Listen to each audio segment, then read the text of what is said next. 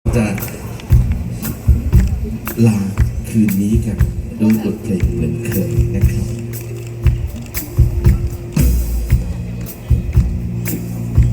เราจะเก็บรอยยิ้มของพระองค์ท่านไว้ในหัวใจเป็นกำลังใจให้พวกเราได้ทำภารกิจเพื่อชาติเพื่อประเทศกันต่อไปนะครับเพลงของคุณบอยโกศิยพงษ์เพลงนี้ครับน่ารักเหลือเกินและก็ใช่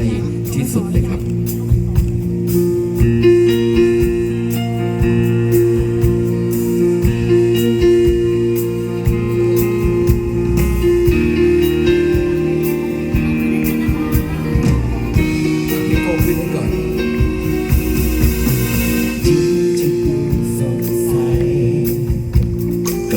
ใจที่อ่อนหวา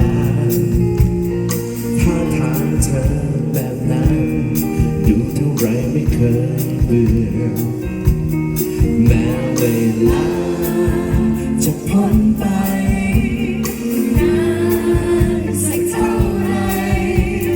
เธอยังคงสดใสได้อย่างลืมชื่อใครดี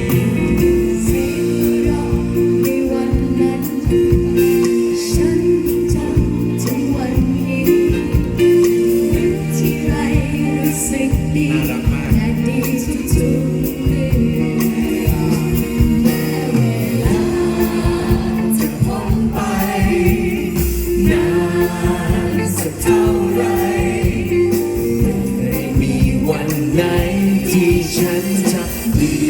อกเลยต่อให้เธอจะรู้สักเท่าไร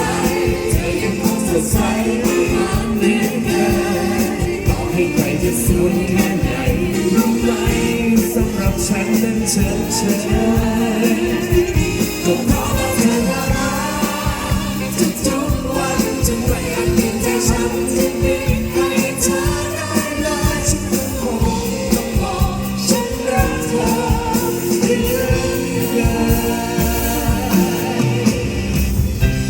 ทุกอย่างฉันดูเหมือนฝัน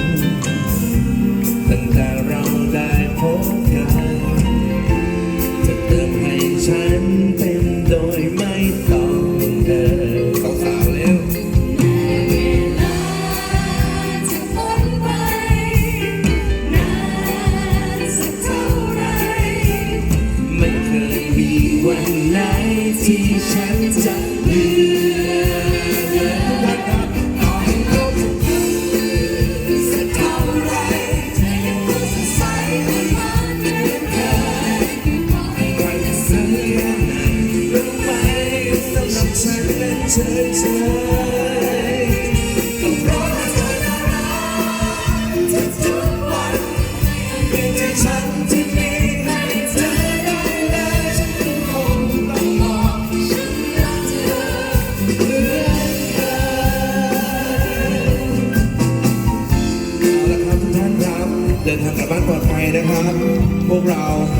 ทีมงาน The Night by Amazing Thailand รอยไหมเล่นแสงจันทร์พบกันพรุ่งนี้นะพี่ๆน้องๆครับพบกันนะครับวันพรุ่งนี้มาพบกันใหม่นะคะอย่าลืมชวนกันมาทั้งหมู่บ้านนะครับมีความสุขมากๆนะครับขอเสียงปรบมือดังๆให้กับนักดนตรีไทยซิมโฟนีออร์เคสตราครับทักซี่แบงค์เดอะสตาร์สยามพวกเราคนนี้ไม่เป็นไรนะสบายแล้วนะทุกวันจะไม่อาจเปลี่ยนใจฉันที่มีให้เธอได้เลยฉันก็คงต้องบอกฉันรักเธอเหมือนเคยก็เพราะว่าเธอน่ารัก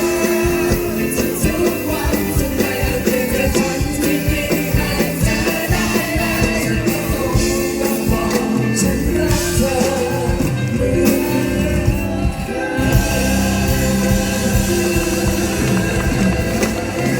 อย่าลืมโพสต์รูปชวนเพื่อนแชร์